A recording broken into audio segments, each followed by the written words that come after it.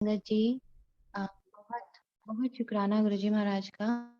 अनंतम शुक्राना गुरुजी अपने गुणगान करवाएं और हमें ये घड़ियां बख्शें कि हम सत्संग करें।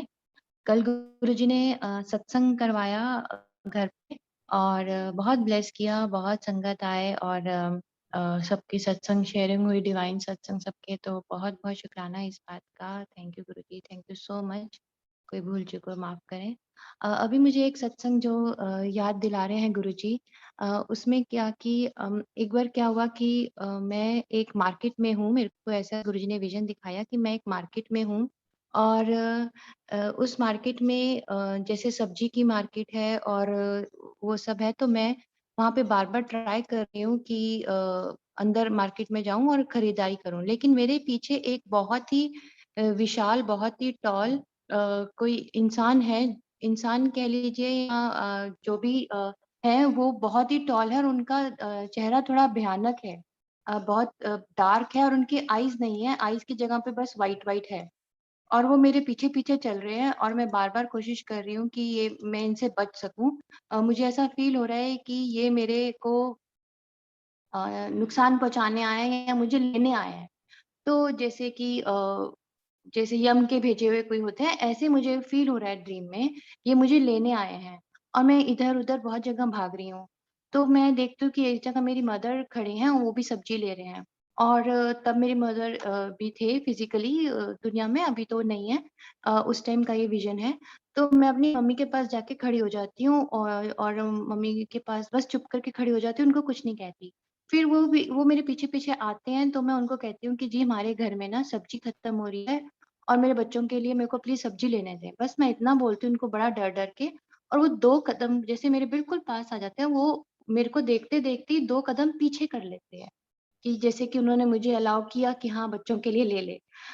ये क्या गुरुजी का कनेक्शन था और मैं सोचती हूँ मैं क्या करूँ? इस टाइम मैं अगर सब्ज़ी यहाँ पे खड़ी रहूँगी तो ही बची रहूँगी, नहीं तो मेरे को तो ये ले जाएँगे।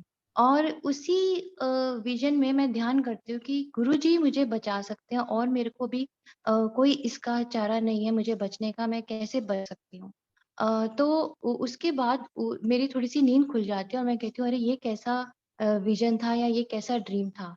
और गुरुजी का नाम लेके मैं फिर से सोती हूँ, तो फिर मुझे उसी कंटिन्यूएशन में ड्रीम आता है कि गुरुजी मुझे बड़े मंदिर ले जाते हैं और मुझे कहते हैं कि यहाँ पे मत्था टेको।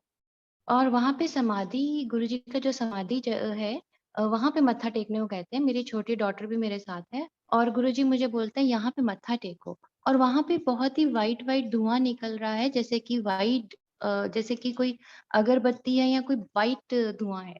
और मैं उसको देखती जा रही हूँ, लेकिन गुरुजी से कुछ पूछा नहीं, बस उसको देख रही हूँ। तो गुरुजी कहते हैं कि ये इससे मैंने बड़े लोगों का लंग कैंसर ठीक करना है। और उस समय में दिल्ली में बहुत पॉल्यूशन थी और आपको अगर मालूम हो तो दिल्ली, गुड़गाँव में बहुत ही पॉल्यूशन रहती थी और धुंध और मिस्ट सी छाई रहती थी, वो डर्ट वाला। उस समय ये गुरुजी ने दिखाया और जब हम बड़े मंदिर गए तो गुरुजी बार-बार बुला रहे थे, लेकिन उस टाइम समाधि पे कुछ वर्क चल रहा था, तो मैं समाधि दर्शन नहीं कर पा रही थी और ये हुक्म था कि गुरुजी ने कहा है कि ऐथे मत रुको।